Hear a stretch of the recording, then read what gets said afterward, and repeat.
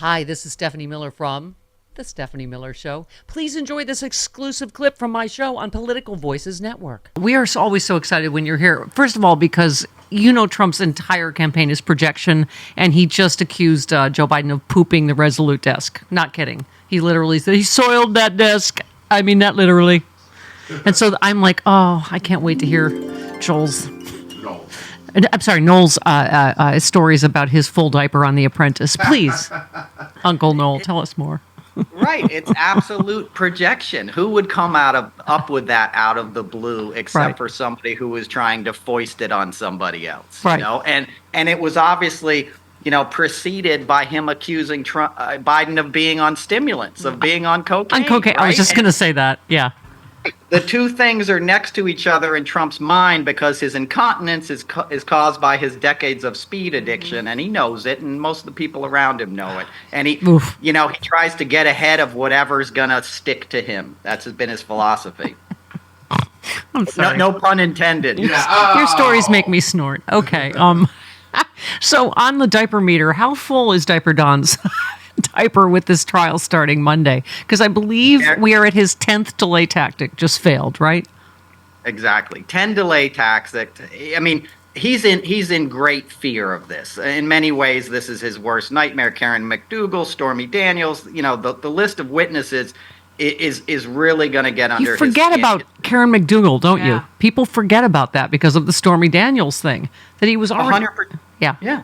He cheated on Melania first when she was pregnant. Thom Arnold was at the Playboy Mansion with him, and he turned to Thom Arnold and goes, "Look at her, I'm banging her," or something to that effect. And even Thom was like, "You're a scumbag, dude. You're like, your wife's pregnant right now." I believe he cheated on Melania when she was pregnant with Karen, and then Stormy, I think, was after she had given birth to his son. Yeah. But, it's just abhorrent behavior by any measure.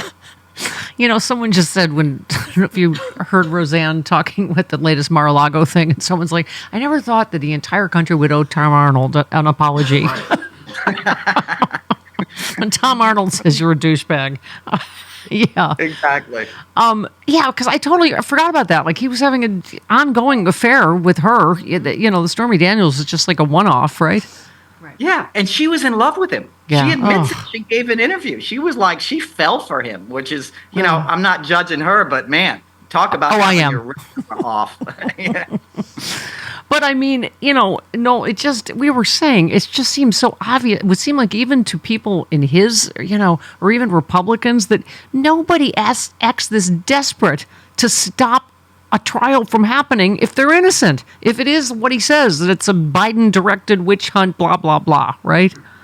I agree. And I think this trial is going to put some dents in that armor. His base has so far been kind of rejecting everything, and I don't think it's going to be so easy in this case because it's going to take place in New York. A lot of his support in New York are guys who are going to kind of know he's full of it when it comes down to this one. Right. So, and I don't think he's going to comport himself well. Right. Yeah. Well, that's what I think one of the legal experts was saying, is if it's like the E. Jean Carroll second trial where, because he can't help himself, he's got to, be the one giving the legal advice, it's going to be another disaster. I mean, I think it's so clear that he knows what the testimony is going to be, right? And it's all his people, right? Hope Hicks and whatever. So he knows already how bad this is going to be. That's why he's so desperate, right? Yeah, and he had zero self-control as a person. He got up and walked out in the Stormy Daniels trial, right? In closing arguments. That probably added a few tens of millions of dollars onto his judgment because you just don't do things like that. There are certain places where you have to behave like an adult. Court is pretty much at the top of that list. Yeah. He won't do that. Yeah. Even for him, this is was this yesterday, the statement from the bassinet of the 45th? I'm not going to read the whole thing, no. I wouldn't do that to you, but... At what point are the actions of a sitting president using lawfare and weaponization against his opponent for purposes of election interference considered illegal? He's a criminal. Oh my God, it's all projection. He's a horrible president. He was the worst president in the history of our country. All of these cases you're reading about are crooked Joe Biden's cases because he can't put two sentences together. He can't do anything, so they weaponize government and take me to court on bull. So we're going to win. We're going to win big. We're going to go through these horrible Biden trials. And the end of the day, November 5th, everyone's coming out to vote for Trump. Thank you very much. Okay. And then it goes on, I don't know, then it goes on for like several more pages. So even for him, is panicked, isn't he?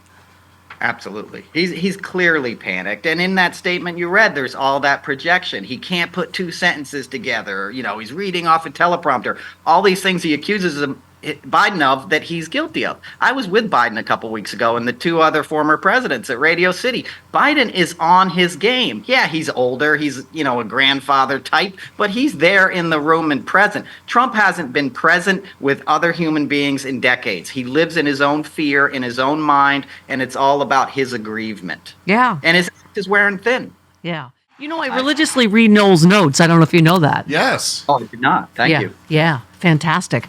But you were talking about, because nobody knows this whole scene like you do. You wrote, what right-wing billionaires gathered this week in Palm Beach to raise money to pay Trump's legal bills and fund his campaign. Special guests of quote-unquote honor included the architects of the family separation policy, a program which the drug-addled septuagenarian promised to bring back in his second term. The Mar-a-Lago ballroom and John Paulson's mansion were filled with a who's who of right-wing sexual predators and tax cheats, men who'd made it their business to try and dismantle labor unions and social safety nets, not just merely greedy businessmen who want to get out of paying their fair share in taxes.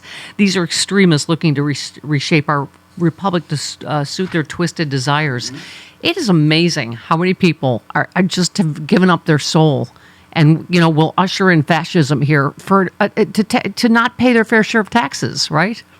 Absolutely. And it goes beyond even the taxes. They want this punitive agenda against women, against minorities, against workers. This isn't even like some guy up in Nantucket who has a hedge fund who, wants a lower bracket so he can buy another Ferrari. These are people who are trying to reshape our democracy for their benefit. And Trump is so immoral and desperate that, he's like, bring it on. To cheer the family separation policy, that was one of the low marks in United States history. That's something we're never going to escape. That's a black mark on our soul that happened in our time. Yeah. To go back would be abhorrent. I keep saying it's beginning to feel a lot like Hitler. And, that's what somebody pointed out is all the businessmen were fine with Hitler, and I think it's just, this is why it just irritates the bejesus out of me, because there's so much at stake for so many of us, women, people of color, gay people, on and on and on, that just the people that are just like, oh, it'll be fine either way,